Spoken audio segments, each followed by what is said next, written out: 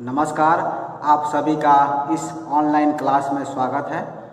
आज के क्लास में हम बात करेंगे डीएलएड प्रथम वर्ष के पेपर कोड F11 के यूनिट 1 से।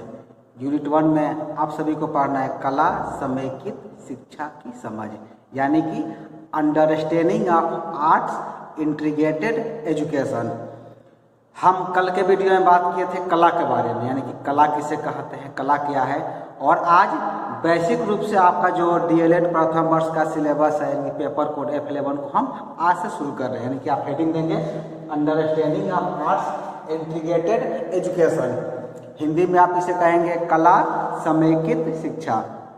कला समेकित शिक्षा की समझ के अंतर्गत हम आज के वीडियो में, आज की क्लास में चर्चा करेंगे, बात करेंगे। तो चलिए शुरू करते हैं क्लास को। आप सभी हेडिंग दे दिए होंगे कला समेकित शिक्षा की समझ।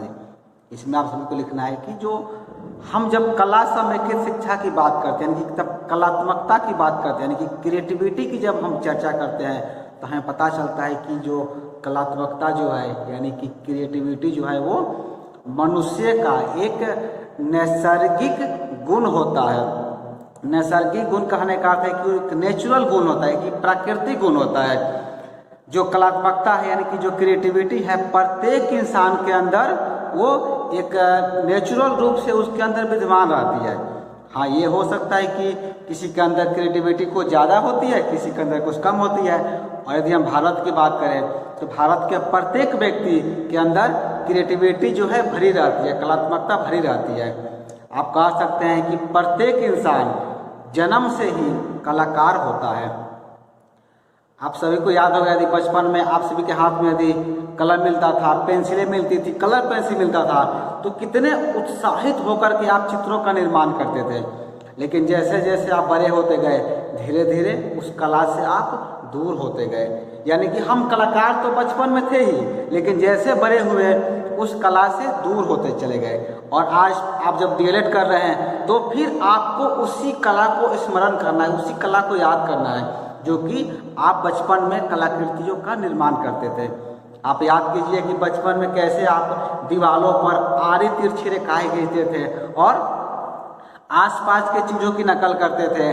किसी डिब्बे को पीट पीट कर उससे मनचाही आवाज़ निकालने में आपको कितना आनंद आता था। आपके हाथ में मिट्टी मिलता था तो मिट्टी से आप सुंदर सुंदर खिलौने बनाते थे, और खिलौने बना करके आपको जो आनंद मिलता था, उस आनंद की कोई परिभाषा नहीं हो सकती है, कोई इसको एक्सप्लेन नहीं कर सकता है। कि कोई भी चित्रों का निर्माण करके दीवारों पर आड़ी तिरछी लकीरें खींच करके, कोई भी फोटो को देखकर हूबहू बनाने का प्रयास करके जो एक बच्चे को आनंद मिलता है, वो आनंद की परिभाषा कोई भी नहीं दे सकता है। इन्हें जो है हम शब्दों में बयान नहीं कर सकते हैं। ये क्रियाकलाप जो है कभी आप अकेले करते थे और कभी आप समूह में करते थे। जैसे कि गुड्डे गुड्डियों का खेल, बरसात में कागज़ की नाव बनाना, जानवरों की आवाज़ की नकल करना, लकीरों के माध्यम से, यानी कि स्केच के माध्यम से, लाइन के माध्यम से आप अपनी दुनिया एवं काल्पनिक दुनिया के लोगों का चित्रण करते थे। अपनी दुनिया एवं काल्पनिक दुनिया का अर्थ हुआ कि अभी जिस दुनिया में आप रह रहे हैं, जिस परिवेश में आप हैं, वो आपकी अपनी दुनिया है। और आप अपनी दुनिया से निकलकर परियों की दुनिया में चले गए। आप बचपन में जो परियों की कहानी सुनते थे, तो उनका भी चित्रण करने का आप प्रयास करते थे, चाहे वो आपको अच्छे लगे या नहीं लगे। लेकिन उसमें आपकी जो सृजनात्मकता जो दिखाई पड़ती थी, वह मेन महत्वपूर्ण था। और आपके डीएलएड के प्रथम वर्ष के पेपर कोड में कला समेकित शिक्षा देने का अर्थ यही है कि जब आप बच्चों को पढ़ाने जाएं तो अपने विषय में कला को समाहित करके पढ़ाएं। क्योंकि जैसे मैंने कहा कि जब आप बचपन में कलाकृतियाँ बनाते थे, कला का निर्माण करते थे, तो आपको कितना आनंद आता था। उसी तरह छोटे बच्चे को जो है कला में बहुत ज़्यादा मन लगता है, वो बहुत ज़्यादा रुचि रखते हैं। आप विद्यालय में देखेंगे, जब कला का क्लास चलता है, संगीत का क्लास चलता है, या कोई भी एक्टिविटी क्लास चलती है, तो बच्चे उसमें बहुत अच्छे से पार्टिसिपेट करते हैं, भाग लेते हैं। और जैसे ही आप विषय पढ़ाने जाते हैं, आप मैथ पढ़ाने गए, आप साइंस पढ़ाने गए, हिंदी पढ़ा रहे हैं, कोई विषय आप पढ़ा रहे हैं, तो बच्चे उसमें क्लास से भागने लगते हैं। ऐसा क्यों होता है? क्योंकि आप अपने विषय में वो रोचकता नहीं ला पाते हैं। तो रोचकता कैसे लाएंगे? हम अपने विषय में कला को शामिल करेंगे, आर्ट को इंक्लूड करेंगे। इसका आपका नाम ही है आर्ट इंटीग्रेटेड एजुकेशन, कला समेकित शिक्षा। हम कला को उसमें शामिल करेंगे अपने विषय में। उसके बाद आप खुद महसूस करेंगे कि आपको भी इसमें रुचि लगने लगा और आपके बच्चे भी बेहतर तरीके से उसे क्या करने लगते हैं, सीखने लगते हैं। विद्यालय में जो है सीखने और सिखाने की प्रक्रिया कैसे होती है? शिक्षक केंद्रित होती है, यानी कि टीचर बेस्ड होती है। लेकिन हमें करना क्या है? हमें विद्यार्थी केंद्रित उसे बनाना है। विद्यार्थी केंद्रित कैसे बनाएंगे? जब आप कला को उसमें शामिल करेंगे। आपकी जो शिक्षण प्रक्रिया है जब वो शिक्षक केंद्रित रहती है तो उसमें निरस्ता आने लगता है, यानी कि उसमें इंजॉयमेंट नहीं रह पाता है। बच्चे जो है शिक्षक के अनुसार ही कार्य करने लगते हैं, चाहे वो करना चाहें या फिर नहीं चाहें। होता क्या है कि हम सभी या हर कोई जो है प्राइमरी क्लास में भी शिक्षक केंद्रित विधि को अपनाता है, जो कि बिल्कुल गलत है। हमें क्या करना चाहिए? हमें विद्यार्थी केंद्रित विधि को अपनाना चाहिए। जब हम विद्यार्थी केंद्रित विधि को अपनाएंगे, खास करके प्राथमिक विद्यालय में, यानी कि आप सभी प्राथमिक टीचर बनेंगे तो आप अपने विद्यालय में विद्यार्थी केंद्रित विधि को अपनाएंगे, ताकि आप जो काम करें, आप जो विषय पढ़ाएं उसमें रुचि उत्पन्न हो और बच्चे जो है मजे लेकर कार्य कर सके। मजे लेकर यानी कि वो इंजॉयमेंट के साथ अपने कार्य को संपन्न कर सके। कला समेकित शिक्षा जो है सीखने और सिखाने की, आप कह सकते हैं, वैसी प्रक्रिया है जिसमें कला को एक माध्यम के रूप में उपयोग किया जाता है। यानी आप क्या समझे? जो कला को है, कला को हम एक मीडियम के तौर पर प्रयोग करते हैं, एक माध्यम के तौर पर प्रयोग करते हैं हम अपने विषय को सिखाने में। आप कह सकते हैं कि कला की कई विधाएं हैं। विद्या कौन कौन सी है? आपका दृश्य कला है, प्रदर्शन कला, चित्रकला, मूर्ति कला और भी कई सारी कलाएं हैं, जो कि हम एक एक करके आपके पेपर कोड F11 में आगे पढ़ेंगे। इसमें आप जानेंगे मुखौटा बनाना, अन्य सामग्रियों से जो है कलात्मक वस्तुओं का निर्माण करना। प्रदर्शन कला के अंतर्गत हम सीखेंगे नाटक, नृत्य, गीत, संगीत इत्यादि को जो है विषय के साथ जोड़कर बच्चों को आनंदमयी वातावरण में विषयों की समझ हम पक्की कर सकते हैं, यानी कि फिक्स कर सकते हैं। आपको करना यह है, जब आप अपने विषय को पढ़ाने, जब कोई विषय पढ़ा रहे हो, आप साइंस पढ़ा रहे हो, मैथ पढ़ा रहे हो, सोशल साइंस पढ़ा रहे हो, इंग्लिश पढ़ा रहे हैं, कोई इससे फर्क नहीं पड़ता कि आप कौन सा विषय पढ़ा रहे हैं। आपको बस करना यह है कि कला को, आर्ट को अपने विषय में इंक्लूड करना है, शामिल करना है। और जो आप शिक्षक केंद्रित विधि प्राइमरी क्लास में अपनाते हैं उसे छोड़ करके आप विद्यार्थी केंद्रित विधि आप अपने प्राइमरी क्लास के बच्चों में अपनाएंगे और उसमें कला को इंक्लूड करेंगे, ताकि बेहतर तरीके से आप क्या कर सकें, बेहतर तरीके से बच्चे को पढ़ा सकें। आप सभी के मन में भी यहाँ एक प्रश्न उत्पन्न हो रहा होगा कि सर हम तो कलाकार नहीं हैं, तो फिर हम कला को कैसे शामिल करेंगे? ये क्वेश्चन भी जेन्युइन है, आप सभी के मन में जरूर उठ रहा होगा। तो इसका भी समाधान है। देखिए, कला समेकित शिक्षा पढ़ाने के लिए, कला को शामिल करने के लिए एक शिक्षक को कलाकार होना या कला में विशेषज्ञ होना ऐसा जरूरी नहीं होता है, लेकिन यह आवश्यक है कि आपको कला की विद्याओं की थोड़ी समझ जरूर होनी चाहिए। जैसे F11 यूनिट आपका समाप्त होगा, आप खुद अनुभव करेंगे कि आपको कला की बहुत ज़्यादा समझ विकसित आपके अंदर हो गई है। यानी इस अध्याय का आपका उद्देश्य ही है कि आपको एक कलाकार नहीं बनाना है, लेकिन कला की समझ आपके अंदर होनी चाहिए। आप कला को उतना जरूर जानें, कला की कितनी सारी विधाएं हैं, कौन कौन सी विधाएं, वो सब आप समझें, ताकि आप अपने विषय में कला को शामिल कर सकें, उसका समावेश कर सकें।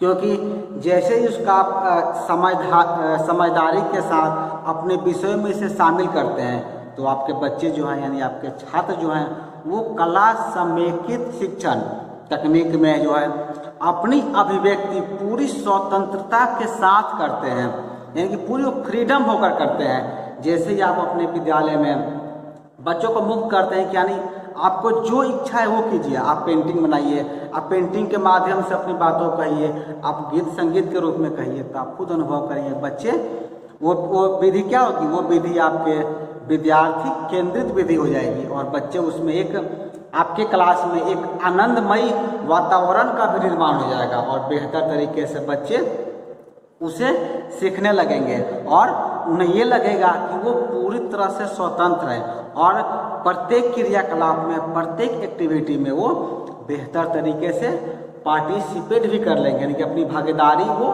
सुनिश्चित भी करेंगे। लेकिन यहाँ पर आपको एक चीज़ का ध्यान रखना होगा कि आपका विद्यालय कला महाविद्यालय में ना परिवर्तित हो जाए, अपितु यह एक ऐसी जगह में तब्दील हो जहाँ प्रवेश करते ही बच्चा आनंद से भर जाए, वह स्वतः सीखने सिखाने की प्रक्रिया में संलग्न हो जाए। ये आपको ध्यान रखना है, यानी कि आपको पूरी तरह से कला को ही कलामय नहीं कर देना है, यानी कि आपको बाकी विषय भी पढ़ाना है, बस कला का आपको सहायता लेना, कला की हेल्प लेना है। यानी कि आप अपने विद्यालय को, आप अपने क्लासरूम को इस तरीके से डेकोरेट करें, इस तरीके से सजाएं ताकि बच्चा जैसे ही विद्यालय में प्रवेश करे उसे देख करके आनंद आए, उसे देख करके खुशी आए। जैसे होता है ना कि क्लास में कोई वस्तु आती है या कोई हमारे जिसे आप पसंद करते हैं वो आ गया या आ गई, तो क्या करते हैं, आप उससे देखते ही पूरा खुश हो जाते हैं। या फिर आप क्लास में हैं, कोई ऐसे टीचर आते हैं, कोई ऐसे शिक्षक आते हैं, कोई ऐसी शिक्षिका आती है जिसको जो आपको पसंद है या आप उन्हें पसंद करते हैं, उनकी पढ़ाने की शैली आपको अच्छी लगती है, उनके बात करने का तरीका आपको अच्छा लगता है, तो उन्हें देखते ही आप आनंद से भर जाते हैं। आपको लगता है कि हाँ आप सर आ गए हैं, मैम आ गई है, अब क्लास में मज़ा आने वाला है। तो वो जो आनंद आ रहा है वो आनंद कैसे आएगा, वो माहौल आपको तैयार करना है। यानी कि आप अपने विद्यालय में या आप अपने क्लास में एक ऐसा परिवेश तैयार करेंगे कि बच्चा जैसे ही क्लास में प्रवेश करे वो आनंद से भर जाए, उसे लगे कि हम एक बहुत ही बेहतर जगह पर आ गए, हम बेहतर कुछ सीखेंगे। आपको इस ढंग से जो है क्या करना है, अपने क्लासरूम को, अपने वर्ग को या पूरा अपने विद्यालय को जो है बेहतर तरीके से सजाना है, उसमें कला को इंक्लूड करना है, तभी आप बेहतर तरीके से बच्चों को ज्ञान प्रदान कर सकते हैं। आप क्या कर सकते हैं, जो विद्यालय में जो है चेतना सत्र जो होता है, यानी कि जो प्रेयर होता है, प्रार्थना होता है, उस समय से लेकर के छुट्टी की अवधि तक प्रतिदिन एक नवाचारी कला गतिविधियों के लिए आप बच्चों को तैयार कर सकते हैं। यानी कि जो आपके विद्यालय में जो प्रार्थना सत्र होगा या फिर छुट्टी का समय होगा, उस सभी समय के दरमियान आप कोई भी चीज़ को बेहतर तरीके से कर सकते हैं। यानी कहने का अर्थ ये हुआ कि आप एक नवाचारी तरीका अपनाएंगे। नवाचारी तरीके में आप नई प्रार्थना, गीत संगीत, लघु नाटक, इन सब का समावेश कर सकते हैं। इसके अलावा और भी कई सारी गतिविधि है जिसको आप शामिल कर सकते हैं। इसके साथ ही साथ खेल एवं कला के घंटी का जो है सार्थक एवं कलात्मक उपयोग भी आपको करना है।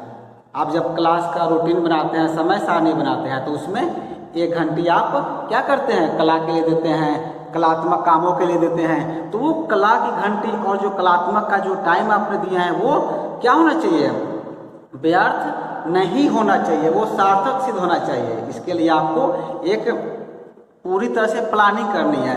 आप प्रतिदिन अपने विद्यालय का जो आपका समय सारणी है उसमें आप एक लघु प्रार्थना, गीत आदि को सम्मिलित करेंगे और पूरे विद्यालय परिसर को सुरुचिपूर्ण तरीके से सजाने के लिए भी छात्रों को प्रेरित करेंगे।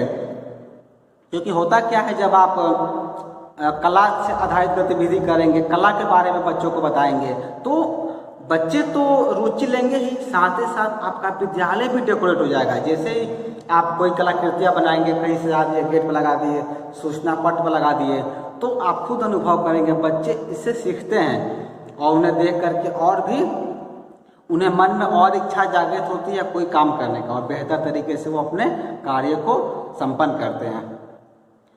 तो चलिए, आज के क्लास में हम बात कर रहे थे कला समेकित शिक्षा की समझ के बारे में।